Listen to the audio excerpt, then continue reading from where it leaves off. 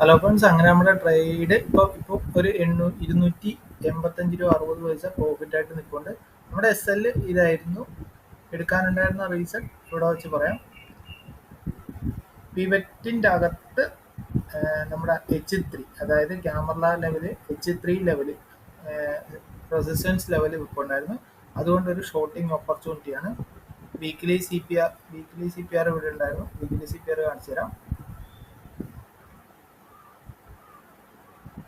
Weekly CPR ഉണ്ടായിരുന്നു. അതിൻ്റെ താഴെ CPR വരുന്നു. ഇതൊരു CPR ആണ്. ഇതിൻ്റെ താഴെ ഒരു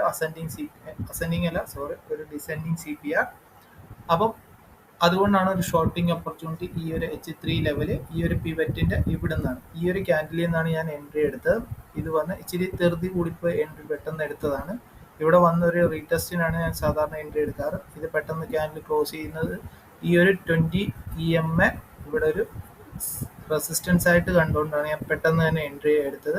സ്റ്റോപ്പ് ലോസ് വെച്ചത് ഈ ഒരു സ്വിങ്ങിൻ്റെ മേളിലായിട്ട്, ഈ ഒരു സ്വിങ്ങിൻ്റെ തൊട്ട് മേളിൽ നമ്മുടെ ഇവിടം വരെ ആദ്യമേ വന്നിരുന്നു. 6 രൂപ 15 പൈസ സ്റ്റോപ്പ് ലോസ് ആയിരുന്നു. 48 ക്വാണ്ടിറ്റി ടാർഗറ്റ് വെച്ചിരിക്കുന്നത് ഈ ഒരു സോൺ വരെയായിരുന്നു.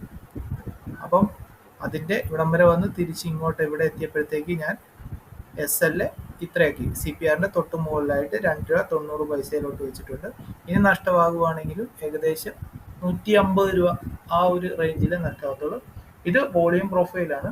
ഇത് നല്ലൊരു സപ്പോർട്ടായിട്ട് ആക്ട് ചെയ്യുന്നതായിട്ടാണ് ഇവിടെ കാണിക്കുന്നത്. അപ്പം ടാർഗറ്റ് ഇവിടെയാണ് വെച്ചിരിക്കുന്നത്. 1:1.6, ഏകദേശം 10 പോയിന്റ്. ഇവിടുത്തെ ഇതനുസരിച്ച് SL ട്രേഡ് ചെയ്യും. അപ്പം നോക്കാം ഈ ട്രേഡ് ഇനി എന്താവും എന്നുള്ളത് അപ്ഡേറ്റ് ചെയ്യാം.